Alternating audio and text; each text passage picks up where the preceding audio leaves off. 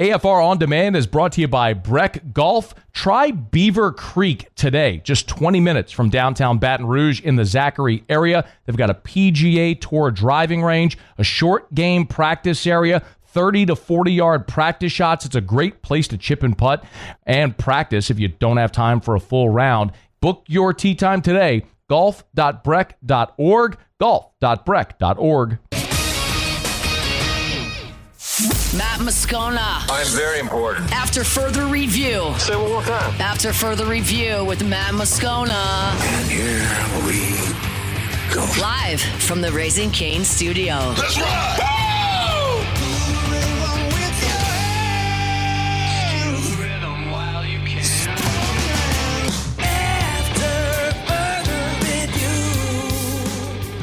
And off we go. Hour 2, welcome aboard. Glad you're with us. AFR, presented by Decision Critical, Concierge Nursing. I'm Matt. You're a loser, Matt! Shut up, kid. Paul O'Neill. They're chanting Paul O'Neill's name. You so. And Mr. Toby Tomplay.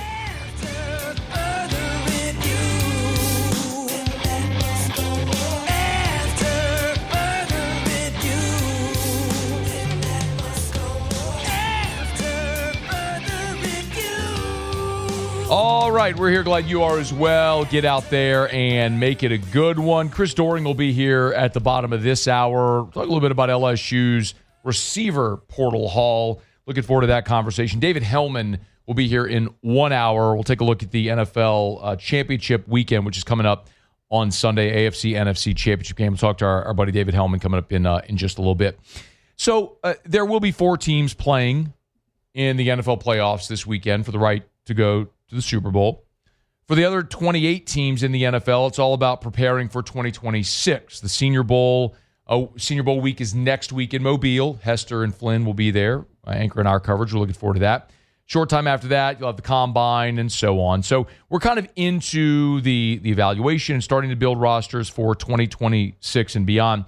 And so naturally, we're going to have mock draft season cranking up. Our buddy Ross Jackson over at LouisianaSports.net has already been putting out Saints projected mock drafts. Just kind of get an idea of what prospects might be out there. Start to familiarize yourself with what names could be on the board and what positions and players that New Orleans may target. Mel Kiper's mock draft, his mock draft 1.0, first mock draft, is out. And, I guess first mock draft since the end of the college season. And since we now know the full crop of underclassmen that have declared for the draft. And Fernando Mendoza, no surprise, the Indiana quarterback, he has going number 1 overall to the Las Vegas Raiders. Raiders traded a third-round pick for Geno Smith a year ago. Obviously, that hasn't worked. They'll likely be looking for their franchise quarterback with a new head coach, and Mendoza would obviously make the most sense right there. Jets have the second pick. Kiper's got him taking Arvell Reese. This is a guy who, as we were looking during the season and talking about potential players that could be mocked to New Orleans, Arvell Reese is one that came up because I think it's pretty obvious when you look at the positions the Saints will probably be looking at with the 8th pick. And we've talked about him. It's receiver, it's edge rusher, it's number 1 cornerback. So really it's a matter of, is there a player at that position that they value with that pick? And Arvell Reese would certainly be one if he's available. Hard to imagine him maybe making it to 8. Kiper's got Francis Mauigoa from Miami, the offensive tackle, going 3 overall to Arizona. Can't see the Saints taking an offensive lineman. David Bailey, the outside linebacker from Texas Tech, going 4 to the Titans. Carnell Tate, the wide receiver from Ohio State, 5 to the New York Giants. That's interesting because you're going to watch the receivers here at the top of this draft because it's very likely if one of these elite level receivers are on the board at 8, the Saints could pull the trigger on one of these elite receivers. So Tate from Ohio State, we know the Saints love their Ohio State players. Tate, if he's on the board at 8, could very well be a guy that New Orleans might be interested in. Kiper's got him coming off the board there at 5 to the Giants to be a big-time weapon there for Jackson Dart. Spencer Fano, the offensive tackle from Utah, going 6 to the Browns. Ruben Bain, 7 to the Commanders. And I love this. With the 8th pick, Mel Kiper has the New Orleans Saints taking Jordan Tyson, the wide receiver from Arizona State. We laughed a lot during the Sean Payton era about how Drew Brees was throwing to relative unknowns. There was one Monday Night Football game back when Tony Kornheiser was calling Monday Night Football, and he made a crack that like, a lot of people got offended by it. I didn't. I thought it was actually a compliment. But Kornheiser made a crack where he said, Drew Brees is throwing to guys they found on Bourbon Street. And I think in the point he was making, it was a compliment to Drew Brees, and it was to illustrate, like, Marcus Colston was a 7th rounder. Lance Moore was an undrafted free agent they signed in the Katrina year from, I believe, from the Browns. Like, they never invested high capital at the wide receiver position in the Peyton Brees era. They found guys that fit what they wanted to do and made it work. They invested in the offensive line. They invested in the line of scrimmage on both sides of the ball. They have obviously since in the first round taken Chris Olave, as we know, and I think that Olave's time in New Orleans has been checkered. It has been hit or miss. He's had injury issues, and had you not used a mid-first round pick, a high first round pick actually, on Chris Olave, it's the same conversation that we had for years here about Mark Ingram. Mark Ingram in a vacuum had a very nice, solid NFL career. The problem is you traded back into round 1 to take Mark Ingram. What you gave up to get a guy that you didn't even pick up his 5th-year option was not equivalent to the investment. That was the problem. Not that Ingram wasn't a good player. He was a solid NFL running back. But what you invested, you did not get a return on your investment. I'd say the same thing about Olave at this point. Maybe that changes, and maybe this was a springboard year to him having an exceptional all-pro caliber career for the next decade, and that would be great. I don't know that I necessarily believe that's going to happen. But if you pair Olave with a true dynamic game-breaking number 1 wide receiver like Jordan Tyson, I would be all about that. Because if you truly believe you have your franchise quarterback in Tyler Shuck, then you have to give him an investment to be able to build an offense capable of winning a championship. Now, Tyson, if you're not familiar, 6'2", 200-pounder. He's out of Texas, plays college ball at Arizona State. Just finished up his junior year, 61 catches, over 700 yards, 8 touchdowns, averaged about 12 yards a reception. So he's a guy that has that legit number 1 type ability. He and Tate are the ones that you're going to see projected most at the top of this receiver class. So if New Orleans is looking at a receiver at 8, and I hope they are, Carnell Tate, Jordan Tyson are the ones to watch. Mel Kiper has New Orleans going with Tyson. Jordan Tyson from Arizona State, 8th overall. That's probably one you're going to see mocked quite a bit as we get nearer the draft. For whatever it's worth, the rest of the top 10, Kiper's got Jeremiah Love going 1 pick later to the Kansas City Chiefs. I love that pass on Jeremiah Love. It's not a referendum on Love. It's a referendum on the position. Ashton Genty, the Raiders just took him with a top 5 pick, and the Raiders were the worst team in the NFL. New Orleans saw Alvin Kamara get injured, saw Devin Neal get injured. By the end of the season, they're rolling with Audric Estime, and he was competent. You can find quality running backs in the NFL without using a high first-round pick on them. I would be completely opposed to the Saints taking Jeremiah Love with the 8th overall pick. But they have him going to pick later, 9 to the Kansas City Chiefs. And then the Bengals at 10 taking Caleb Downs, the safety from Ohio State. Could you just draft Joe Burrow or some offensive linemen, please? But if you're wondering, the other big question I'm sure that a lot of people have is about LSU cornerback. Well, interestingly enough, they have the Jets with their 2nd pick in round 1 via the Colts, taking Ty Simpson from Alabama at 16 overall. It's the only other quarterback in round 1. But Mansour Delane, they have going 18 to the Minnesota Vikings. So he'd be going up with going up against Justin Jefferson in practice every day. But Mansour Delane, 18 to the Minnesota Vikings as the 2nd cornerback off the board if it plays out that way. So just a few things to keep an eye on there. Mel Kiper's first draft. We'll learn much more about the draft process after next week with the Senior Bowl. Then they'll head to the Combine in Indy. You'll start seeing pro days and a lot of the workouts and top 30 visits. We're into draft season, so it's going to be exciting to see what moves Kellen Moore going into year 2 makes, building this offense around what they think is their franchise quarterback. All right, it's After Further Review. We're brought to you by Shaw Bills Tire and Auto Service, ShawBillsTire.com. Name brand tires at wholesale prices. And, of course, they'll treat you like family, keep you coming back year after year after year. ShawBillsTire.com, ShawBillsTire.com. It is ShawBillsTire.com for Shaw Bills Tire and Auto Service.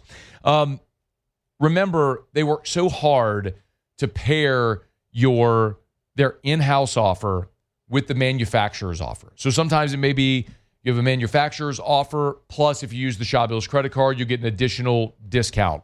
For example, the first time you use your Shaw Bills credit card, you get $50 off whatever purchase. So if you use your Shaw Bills credit card the first time for an oil change, it's effective like getting a free oil change. It's Shaw Bills Tire and Auto Service. Go to the website, hit the promotions tab at the top of the page, and you'll see all the different promotions they have to get you the best tires on the road at the cheapest price possible. It's Shaw Bills Tire and Auto Service. ShawBillsTire.com, ShawBillsTire.com, Shaw Bills. We keep you rolling. All right, y'all, it's After Further Review. And one of the things we've done a good bit here as we've rolled through this portal cycle with LSU is try to get as many of the LSU transfers on the show, and we're continuing to work through that as a lot of these guys are showing up on campus and getting settled, and we're going to continue to do that. Talking to people also who have covered these transfer portal players. So when we come back, Kellis Robinette is going to join us, covered Jace Brown at Kansas State. So we'll get a little tidbit on that, one of the top-rated receivers in the portal. We'll do that next on AFR. AFR. Okay, y'all, the rain has kind of come and gone, but, the freezing temps are showing up next. And if you've been following all the projections, we're headed for a freeze, sort of an ice freeze in parts of South Louisiana.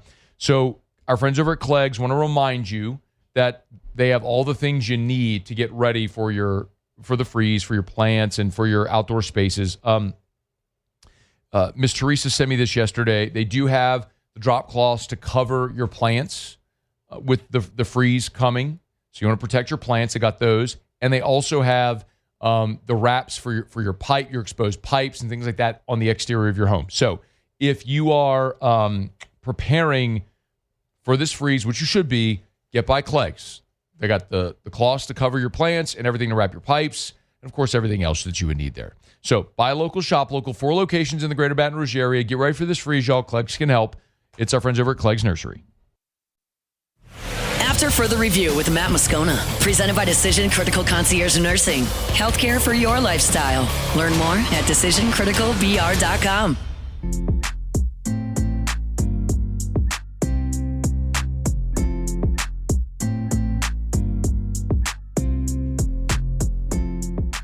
One of the big gets that Lane Kiffin nabbed in this portal cycle is former Kansas State wide receiver Jace Brown. Kellis Robinette covered Jace Brown there during his time at Kansas State. For the Wichita Eagle, KC Star, KansasCity.com is where you can read his work, KansasCity.com. Good enough to join us here for a couple of minutes. Kellis, thanks for the time, man. How are you? I'm good. How about you guys? Doing really well. Things are settling down a little bit after a pretty wild portal cycle in these parts. I mean, Lane Kiffin's never boring, but a lot of people are really excited about Jace Brown. If you would give us sort of the Cliff's Notes version, or the lead when you talk about Jace Brown, what type of player is he? He's just a really good receiver. One thing that Kansas State didn't do a whole lot of when Chris Klieman was coach here was identify and recruit really good wide receivers, but Jace Brown was kind of the exception to that rule. He came in as a freshman and made an immediate impact, had some big-time catches as a sophomore, won a game against Colorado when they were really good under Deion Sanders, and they had Travis Hunter and Shedeur Sanders last year with a strike in the fourth quarter to him, and just always seemed to be the guy that when Kansas State really needed to throw the ball and get a first down, throw the ball and get a touchdown, big play, Brown was always the guy they targeted over the last 3 seasons. So just a really good receiver who unfortunately just was kind of perpetually injured at times during Kansas State. That lowered his ceiling a little bit, but otherwise just a nice kid, really good football player. Why? Any idea why he chose to hit the portal? Oh, I think it's just what happens anymore in college football. His value was probably more going to a new team than it was staying at Kansas State. And for a guy who's from Florida, he came here and gave 3 really good seasons, built a nice rapport with quarterback Avery Johnson, and put up some good numbers. I don't really blame him for trying to look somewhere else and experiencing something new before he leaves college football. I don't think that he was unhappy or anything like that, but there's a coaching change, new offensive coordinator, new head coach. I think he just wanted to get a little bit closer to home and bring in a little bit more NIL money. Yeah, he's the 4th highest rated receiver in the portal, according to On3. Based on what you saw over 3 years, does that map? Does that make sense to see him that highly rated? Yeah, I haven't seen a lot of players in the transfer portal who were better. I think if he could have stayed healthy this last season, he'd have been a 1,000-yard receiver and an all Big 12 receiver at Kansas State. He was really good. Talent was never the issue for him here. Getting the ball to him at times was difficult, and keeping him on the field was difficult just because, like I said, he was always it just seemed like he was always kind of banged up here and there for whatever reason. The dream for him would be to have a clear bill of health as a senior and then go out with a bang at LSU. You can get him on Twitter at Kellis Robinette. KansasCityStar.com is where you can read his work. You mentioned the injuries a couple times. Is it maybe an issue of just bad injury luck, or is that a real concern, the ability to stay healthy? At times it was certainly bad luck. Like this year, he ends the season early during a game at Oklahoma State where he catches the pass across the middle, has a really nice long gain, gets tackled awkwardly, and ends up with a severely sprained or broken collarbone and can't play anymore this season. That's just bad luck. It's not him not preparing well or anything like that. He just gets tackled awkwardly onto the turf, and he's done for the year. But there have certainly been times where, Kansas State never went into a bunch of details about his injuries, but it just seemed like anytime we would ask, hey, why did Jace only get targeted 4 or 5 times this game, when last game he had 12 catches, it was, well, he was banged up. He's been dealing with some stuff. He hasn't been able to practice. And I really can't explain why that is. He certainly was in shape, took good care of his body, and worked as hard as anybody else on the team. For his sake, I hope it was bad luck. And, sometimes when these guys, there's programs and they introduce their bodies to a new training system, a new strength and conditioning coach, good things can happen to their bodies and they stay healthier.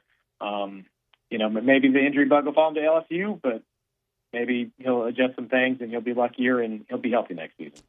Good locker room guy? Yeah, for the most part. There was a little bit of a question last season near the end of the year. Word kind of leaked out that he was considering transferring before last season. And that didn't strike a lot of fans, in the greatest regard. But I did commend him that he stayed with the team till the end of the year and helped them win a bowl game, and came out and said he never was that close to transferring, and he wanted to come back and play with Avery Johnson again. Other than that, no complaints I ever heard about him. One of the most well-respected guys in the offense, and I think one of their best players. He is Kellis Robinette, KansasCity.com, KansasCity.com. You'll read stuff covers the Kansas State Wildcats and now LSU wide receiver Jace Brown. If there's an area of the game where he could probably most improve during his time at LSU, what do you think that is? I would just say consistently getting open. There's a lot that goes into that when he's in a new scheme with a new quarterback. I'm sure some of that will come naturally. At Kansas State, I would just say his catches could be erratic. Like I mentioned, there was a game this year where he caught 12 balls for 109 yards and touchdown against North Dakota. And the next game, it's 3 catches. That game was 4 catches. Or even there was a game where he played against Baylor where he gets shut out in the first half, doesn't have a single catch, but then bang, 4 catches for 106 yards and touchdown in the second half. So he's kind of like a streaky shooter in basketball. When he was hot, he was red hot. And I always found it interesting that when Kansas State really needed a big play, when they needed to go deep and get behind the defense, they could trust Jace Brown to do that. It was the other stuff when they were trying to hit intermediate routes, shorter routes. he wasn't always the go-to guy on those type of plays. So that would be what I would say. If there's any room to improve, it would be there, being a more consistent receiver in some shorter routes. Tigers added 9 receivers via the transfer portal. The highest ranked among them is Jace Brown coming in from Kansas State. He's Kellis Robinett, covers Kansas State for KansasCity.com. KansasCity.com, it's Wichita Eagle and the KC Star. Hey, man, thanks for taking a couple of minutes today. We appreciate it. All right, you guys have a good one. You do the same. It's our pleasure. It's After Further Review. We're brought to you by Rouse's, the official supermarket of the New Orleans Saints. Rouse's.com, Rouse's.com. Tuesday was over at the Rouse's in Gramercy. It was a grand opening day in Gramercy and in Covington. Last week, it was Central and Destrehan, and they still got more to come as Rouse's are flipping 10 new locations that'll bring them up to 76 Rouse's locations. Had a chance to visit with Donnie Rouse and Marcy and Tim, our friends over at Rouse's, there at the grand opening at Gramercy on Tuesday. And I tell you, they're just great people. It's so impressive to watch how Rouse's has done it, right? I mean, they continue to grow and expand while maintaining local ownership. So you get the local feel of the family-owned and operated grocer that just continues to expand and do so the right way. It's Rouse's. King cake season's here, y'all. You want to get your king cake or ship your king cake? You can do it at Rouse's.com, Rouse's.com. Send a king cake anywhere in the lower 48, Rouse's.com. Rouse's, this feels like home. 9 receivers via the portal. We talked to Jackson Harris from Hawaii earlier this week. There's Trey Brown coming in from Old Dominion, a big 6'3" wide receiver. You just heard about Jace Brown. You have Trey Wilson from Florida, the former 5-star. As a matter of fact, Chris Doering's going to be with us in 5 minutes. I want to ask Doering about Trey Brown. Guy saw a good bit playing in the SEC there at Florida.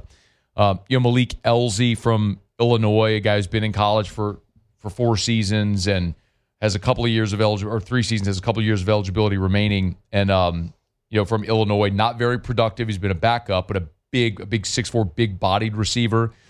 Tyree Holloway, a little bit of a project coming in. Winnie Watkins coming in from Ole Miss. Roman Mothershed, that's the big 6'5", big-bodied receiver that they brought in. You could just see the skill set that they very clearly targeted. Some dudes that are big-bodied receivers that are going to be blockers, guys that can help you out on the edge. They have like jitterbugs that like Trey Brown, like Trey Wilson. You get the ball in space. I mean, there's a reason he was a 5-star. And then a guy like Jace Brown from Kansas State, who you just heard, he's a deep threat. You need the big play. He's a guy that can get that for you. So I think they very clearly knew the skill sets they were looking at receiver in this portal class, and they went and addressed it. They had to remake that room. They added 9 guys via the portal. I think clearly there's so much excitement and focus on 2026, but I think the most interesting part of this receiver room is how many of these 9 receivers end up playing multiple years at LSU. Like, have you rebuilt that room with stability for multiple years? All right, it's After Further Review. Thursday shows are presented by Decision Critical Concierge Nursing. It's not just healthcare, it's healthcare for your lifestyle. Remember, DecisionCriticalBR.com, DecisionCriticalBR.com, all over. I know the website says BR, but they service the entire state of Louisiana, and their Dallas office is now open as well, DecisionCriticalBR.com. Okay, quick break. When we come back, Chris Doering, former Gator, SEC Network, good friend of the show. I want to talk about Lane Kiffin, the transfer portal class. I'll ask him about Trey Wilson as well, coming over from Florida. Excited to catch up with CD. We'll do that next here on AFR. AFR. Thinking about putting in a pool here in 2026? Make sure you check out DuplessisBuilders.net. As a matter of fact, do it right now. Like, if you're thinking about putting in a pool or have thought about putting in a pool, log on to DuplessisBuilders.net, DuplessisBuilders.net, DuplessisBuilders.net, because I want you to use this tool on the homepage, which is really cool, where you can design your pool right there on the homepage. It's super easy. Hit the Pick Your Pool option, and they have 11 different designs. Now, you can do anything custom. You can do anything custom that you want. They could, at big palatial resort-style pool. But they got 11 designs that are already made. You pick the design you like. You pick the coping, the tile. Do you want water jets? Do you want fountains, water features? Do you want lounge area? Whatever you want. And boom, boom, boom, you pick it out, and there's your pool design right there. It's so cool. Check it out. It's at DuplessisBuilders.net. DuplessisBuilders.net. After further review with Matt Moscona, presented by Decision Critical Concierge Nursing. Healthcare for your lifestyle. Learn more at decisioncriticalbr.com.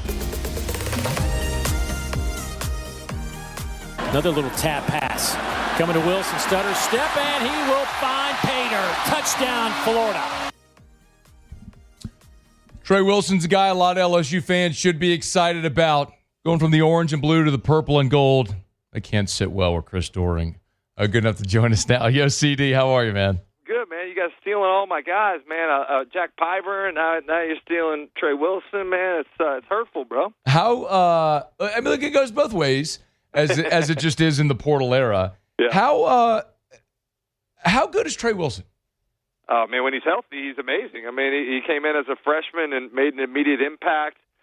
Injuries have certainly derailed his sophomore year, and at times have kept him out since. So that's the biggest question: is can you consistently have him on the field and available? Because when he's out there, he's tough. I mean, he's a guy that's versatile, that can move around. You see him line up in a lot of different spots. You see him in motion a lot. So I think this is a great get, and hopefully he can stay healthy. As much as I joke around about it, I love his contribution here at Florida. I love getting a chance to watch him, and I'm happy I'll at least get the chance to continue to cover him here in the SEC. Yeah, man. Lane Kiffin added 9 receivers. I mean, look, they had to remake that room. Guys, they lost the draft and the portal and all that stuff. See, you just kind of put me in the mindset here of a receiver, why you would want to be part of a group of 9 players at your position if you're transferring with the idea of probably trying to get more playing time, right? Yeah, but think about it, man. And receivers are the worst, right? It's the position of prima donnas. And certainly there's never been a receiver that's not told their quarterback they were open after coming back from a route downfield. But I played my senior year at Florida. It was me, Riddell Anthony, Ike Hilliard, Jacquez Green, Travis McGriff. And certainly, I love getting the ball thrown my way, but it makes it a very difficult offense for defenses to stop when you have that many options. I mean, when you're getting your 4th or 5th best cover person lined up with a receiver that's good, it certainly makes it an advantage for the offense. So I go back and look at Ole Miss last year. Ole Miss's offense was tough to stop because not only do they have a great group of receivers, but they got a tight end as well. And Lane Kiffin knows how to keep those guys happy, and I think they understand what the benefits of being in an offense that has that many different options. Winnie Watkins is one of the receivers that came over from Ole Miss. Like, did you have much of a chance to see him at all this year as a freshman there at Ole Miss? Yeah, I got a chance to see him some, and certainly he's a dynamic receiver as well. A guy that's I believe down here in South Florida, coming out of high school. Yeah. But a guy that I talked to a lot of folks there in Oxford throughout the season. They were really high on. I know that Lane Kiffin was really high on him as well. So clearly they've made the trip over to Baton Rouge together, and I think he's going to be a guy that certainly emerges as more of a go-to factor in the offense this year in Baton Rouge. Chris Doering's with us, SEC Network, former Gator great. Get him at Chris Doering on Twitter, X. CD, one of the interesting things that we're going to be watching a lot is Blake Baker is back. The whole defensive staff is there. They got a ton of talent. I think most people assume the defense will be good. The offense, it's going to be an evolution, right? They were so bad running the football, and they didn't score more than 24 points during the season this year against Power 4 until the bowl game. But I think we all just assume, okay, well, Lane Kiffin's here. The offense is going to be great. Is that a fair assumption that Kiffin will come in year one and the offense will just hit their stride? I think, I can look at it from the perspective of the Florida fan base that thought that was going to be the same thing if they could have gotten Lane Kiffin to Gainesville. I think there's such respect for his offensive mind and what he's been able to do. Obviously, I think everybody saw it from the run that Ole Miss was on, but not only having Lane Kiffin, but Charlie Weiss there in Baton Rouge is a huge get. I think you find ways. Great coaches find ways to put players in positions to be successful, to utilize their skill set to be an advantage to them. I think we all expect the offense to be a lot better. But the idea that LSU can't run the football or hadn't been able to run the football very well the last 2 years, I grew up in the 80s watching LSU with the backs that they had back in the day and Dalton and Hilliard and those guys. It's foreign to me to think about an LSU team not being able to run the football. And it's not not an indictment on the running backs, more I would say on the offensive line and the commitment to it 2 years ago. So you got to find a way to be physical in this league and run the ball. And that's what I think people don't understand about Lane Kiffin's offense is that, there's some explosive pass plays, but it's predicated on being able to run the football first and foremost. And look at Kewan Lacey. He was a perfect fit in that offense last year. So I'm anxious to see, who kind of develops there as the go-to back in that scheme in Baton Rouge this year. So if it's less players and more scheme, I'm not saying obviously you need to have good. You got to have good players, right? Yeah. You have to have good players. I'm not saying that clearly, but it's an interesting question that I was asking earlier, CD, about Ole Miss, right? Because let's assume Trinidad Chambliss is back. He's going to get a TRO. Let's say he doesn't go to the draft. He comes back, and Kewan Lacey's back. But you lose Lane Kiffin, and you lose Charlie Weiss, and you bring in John David Baker, who you think is going to bring some continuity, but like Ed Ogeron thought he was doing the same thing when he brought Jake Peetz here after they lost Joe Brady, and that didn't work out. So, what do you think if you look at it from the Ole Miss perspective, sans Kiffin and Weiss, what does that look like? Yeah, I think that's a great question because, we were all really excited about the job that Pete Golding did taking over there in Oxford and the run that they went on in the postseason. But to your point, a lot of it had to do with Charlie Weiss being there to be in the ear of Trinidad Chambliss and to game plan and to call those plays.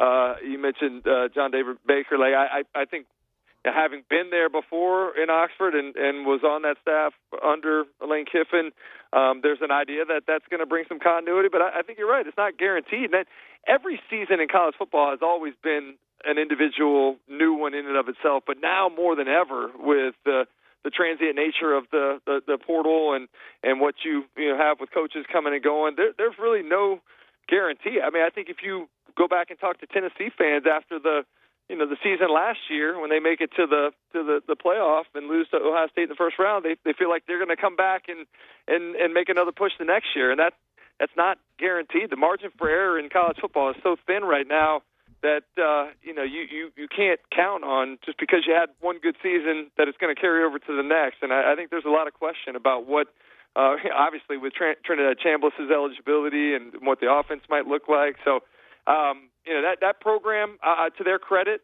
and as much as Ole Miss fans are down on Lane Kiffin, there's a lot of gratitude that they need to show for what's been one of the more consistent programs. So think about what they did, at the quarterback position, what they've been able to do with Matt Corral, into Jackson Dart, into Trinidad Chambliss. The only programs that had been as consistent as that was Georgia here in the last few years. So, I mean, Ole Miss's accomplishments, need to be celebrated, but Lane Kiffin also needs to be celebrated for what he was able to do to elevate that program and to keep them as consistent as they were. In time. It'll happen in time. Yeah. It ain't going to happen right now, though, brother. You're not both know that. No. A couple more.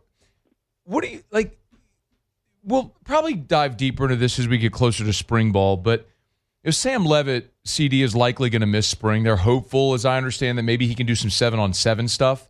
How much does that maybe set LSU offensively back as they transition? New scheme, new terminology, new play, all that, maybe not having their starting quarterback for spring? I mean, you're asking a guy that's a little wounded by that because DJ Lagway was not available for spring practice or OTAs or the beginning of camp, and look what it did to set him back. Look what it did to set the offense back. And that was a guy that was returning to the same scheme with the same verbiage. It's a whole new world. And I'm not going to say you can't miss spring and be successful. I think Will Levis did it when he transferred in from Penn State to Kentucky and got there in the fall and ended up taking that team to one of the best seasons they'd ever had in program history. Good point. It's certainly not ideal. And I can tell you as a receiver, you want to be out there catching as many balls as you possibly can from your quarterback and developing that rapport and understanding of where you're supposed to be at the right time. So you can't replace those reps. And I think what you saw from Lagway was him trying to knock the rust off and get up to speed in the middle of the season on a very public stage. And that once it wasn't going well, that pressure built and made it even more difficult to try to get there. Chris Doering, former Gator great, now the SEC Network. You can get him at Chris Doering. CD, before you go, is there any big storyline coming? We were so inundated with LSU and with Lane Kiffin and what they did in this portal cycle. big picture SEC, is there anything that you think stands out as like the biggest storyline of this transfer portal cycle aside from Kiffin?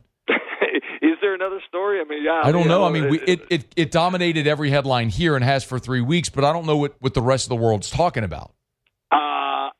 Close to home. I mean, I'll talk about Florida real quick. I'm very excited about Coach Summerall. I think if not for the Lane Kiffin story, people would be talking about what John Summerall's been able to do, keeping a recruiting class together, keeping the core of the roster there. Jaden Baugh coming back, obviously Dallas Wilson coming back, Miles Graham on the defensive side. There's a lot of talent, and I think they did a great job in hiring the staff that really is a great blend of experience. Brad White is the defensive coordinator, has been in this league before, going out and getting some former Gators, and Phil Troutwine as the offensive line coach, and Bam Hardman. This is got Florida feeling very optimistic. And I'll tell you that Black Friday when the news broke about Lane Kiffin not being the target of Scott Strickland's search any longer, that Florida had pivoted, there was a lot of negativity. And then about 48 hours later, as Florida got a chance to see Coach Summerall and get to know him a little bit more, it turned from backlash into optimism. And I think that Florida, you can say what you want. I know LSU and Florida developed a really good rivalry over the last 20 years, and there's a lot of disdain there. But I think college football is better. The SEC is better when LSU is good, when Florida is good, when Georgia is good, when Tennessee is good. And so I think Florida's on the way back. I hope that this is the right guy, but we've been here before with coaches where you win the press conference and the wins on the field don't necessarily follow. I love John Summerall. He's awesome, right? I hate that he's at Florida. Chris Doering, hey, man, always appreciate the time, CD. We'll catch up soon, bud. Guys, man, thanks for having me, buddy. Talk to you soon. It's Chris Doering. It's After Further Review. We're brought to you by Arco Power Systems, arco.com, arco.com, ARCCO, arco.com, industrial Generac generator power. Let's hope that with, the rain came through already. We know the freezing temps are coming. They're projecting ice and the hard freeze here in a bunch of parts of South Louisiana, parts of this region here in the next coming days. It's a great opportunity to remind. Let's hope the power stays on and everything's good. But you have to prepare for the possibility. You have to prepare for the what if. What if the power goes out? What do you do at your business? Well, Arco can help. They can install an industrial Generac generator at your business. Of course, and everything's turnkey. They can install it. They can service it. Maybe you need to rent an industrial generator. Arco can do that as well. A lot of people, a lot of businesses, they have their generators. Arco stores them in their yard right there on Airline near I-12. And then whenever the power goes out, they mobilize and they get those generators to where they need to go. It's an incredible business based right here in Baton Rouge, but that services such a giant footprint. North to Little Rock, east to Mobile, west to San Antonio. Draw a big circle anywhere in that footprint. Arco can serve you. So check them out online. If your business needs industrial Generac generator standby power, you need Arco Power Systems. ARCCO, arco.com, arco.com, arco.com. All right, it's After Further Review. Our Thursday shows are presented by Decision Critical Concierge Nursing. We're glad you're hanging out with us here. Excited to chat with our buddy David Hellman. That's coming up in 15 minutes from right now.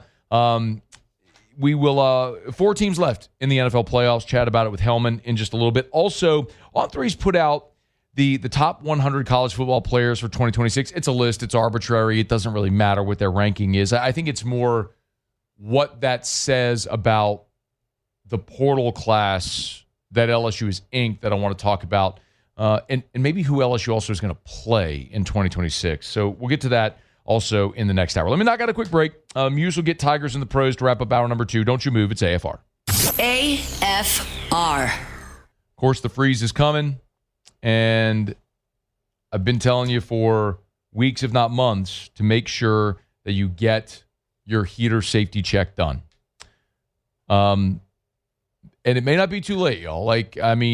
You call today, you probably get someone out today, maybe tomorrow, worst case, but give them a shout at 752-0001, 752-0001, 752-0001, or online at onehourbr.com. Spell it out, O-N-E, onehourbr.com.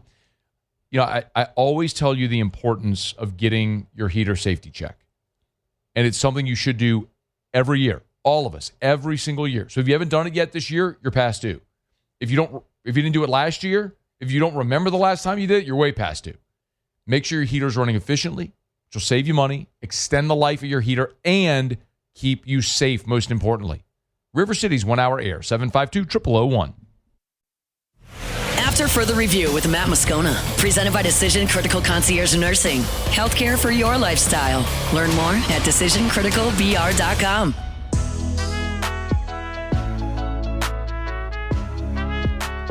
All right, cruising along here on this Thursday edition of AFR. If you missed anything, catch AFR On Demand, presented by Brett Golf. We did give you the latest on Seton Watch 2026. Seton Watch. The news is there is no news on Jordan Seton. And LSU is still recruiting him. They're not done recruiting him. They're not out of the mix. And there doesn't appear to be a timeline that Jordan Seton has to make a decision. Oregon has a quarters system. So for the spring semester, that doesn't start until March 30th. They start enrolling in March 30th, so he's good there. As for LSU, the deadline to enroll is passed for the spring semester. Could they make an exception? Maybe. I don't know. I was told 2 days ago that would take a lot of doing to make that happen. But quite honestly, I don't care if Jordan Seton goes through spring ball at all. I just want him, if he's going to be an LSU Tiger, just be there this summer and be ready to roll week one when Clemson comes in on Labor Day weekend. That's really all I care about. So when we know more, we'll pass it along. But that's the latest on Seton Watch. Seton Watch. All right, it's after further review. Muso, Tigers in the pros. Tigers in the pros. They still bleed purple and gold. They're just really rich now. All right, let's get you updated on Joe Brady and his quest to become an NFL head coach. He has another interview, or I should say he completed another interview, this one with his current team, the Buffalo Bills, who of course fired Sean McDermott after the Bills fell to the Broncos in the AFC Divisional. Joe Brady, he's been with the Bills organization since 2022, became the interim OC in 2023 once they fired Ken Dorsey and earned that full-time job. So two full seasons of calling plays. The Bills have, the Bills have ranked top 3 in points per game in both of those seasons and top 10 in yards per game both of those seasons. We'll see. Of course, Brady also interviewed with the Falcons, Raiders, Cardinals, and had 2 interviews with the Ravens, although that's off the table. They just hired Chargers defensive coordinator Jesse Minter as their new head coach. The quest continues for Joe Brady and the Joe Brady offense. Cam Thomas did return for the Brooklyn Nets off of his hamstring injury. Played 16 minutes off the bench. Slow getting back into it, just 5 points. Did have 2 assists in the ball game, though. And the Knicks absolutely destroyed. How about 120-66 in the NBA? Goodness gracious, the Nets are terrible. Tari Eason, 20 minutes off the bench for him with the Houston Rockets. 6 points, 6 boards. Pretty effective night. Did have 3 turnovers, but shot 50% from the field. The Rockets got another win there. And then Naz Reid should have stayed. 28 minutes off the bench for the NBA's best sixth man. 13 points, 9 rebounds. Just missed the double-double. But good news, he'll have an opportunity to write that later on tonight. They play the Bulls. The Rockets are also in action, along with the Portland Trailblazers, who have a couple LSU players. That's Tigers in the pros. Presented by Relief Windows and ReliefWindows.com. Energy-efficient replacement windows, beautiful entry doors, hardy plank vinyl siding. Oh, yeah. They do shutters, too. It's Relief Windows and ReliefWindows.com. We were, Eric and I were talking because we're about to have our house painted, and it reminded me of this because, you know, they bring in the sample book and you're trying to pick a color, and she's like, I can't really imagine it. And I thought about that because we talk about this often with Relief Windows, not with painting your house, but because one of the things they do that is awesome is they have a 3D modeling system. So you go to Relief Windows, you meet with one of their associates, and they can pull up a 3D model of your home so you can see what the windows, door, siding would look like on your home instead of just looking at a sample. How powerful and useful is that tool? They have it at Relief Windows. Another reason why Relief Windows is just the best. Oh, also, they never take $1 for a down payment. They will never take money up front. They will never take $1 until they're done and you're thrilled. It's Relief Windows and ReliefWindows.com. Windows door siding, they do shutters too. Relief Windows and ReliefWindows.com. All right, it is after further review. Something else I want to delve into coming up in hour number 3. If you missed Kat Terrell in the first hour, we kind of jumped into a lot of different scenarios for the New Orleans Saints at receiver. One of them that we need to watch is what's going to happen with Keon Coleman. Coleman is from Opelousas, started his career at Michigan State, went to Florida State, as we all know. Well, Terry Pagula, the Bills owner, had a really insulting comment about Keon Coleman, which has led many to believe that he's not going to be back in Buffalo and they're going to trade him. So what would a trade for Keon Coleman look like for the New Orleans Saints? We'll talk about that coming up in hour number 3 as well. Sports Center, staring you straight in the face. After further review. When you think Our Lady of the Lake, I want you to think LSU. When you think LSU, I want you to think Our Lady of the Lake. They are synonymous. Our Lady of the Lake is the championship health partner of LSU athletics. They have the student contract as well, so they care for the students on campus there at the health center. They have amazing care available 24/7 with the Lake After Hours clinics. And access and convenience, always available at Our Lady of the Lake. OLOLRMC.com/LSU. That's the website if you want to learn more about the Championship Health Partnership and all the different ways that LSU and Our Lady of the Lake truly are unified. OLOLRMC.com/LSU. And, of course, I love following them on social media. You'll see so much content with doctors and with administrators to learn more about the many ways the lake gives back. Our Lady of the Lake and LSU. Together, we roar.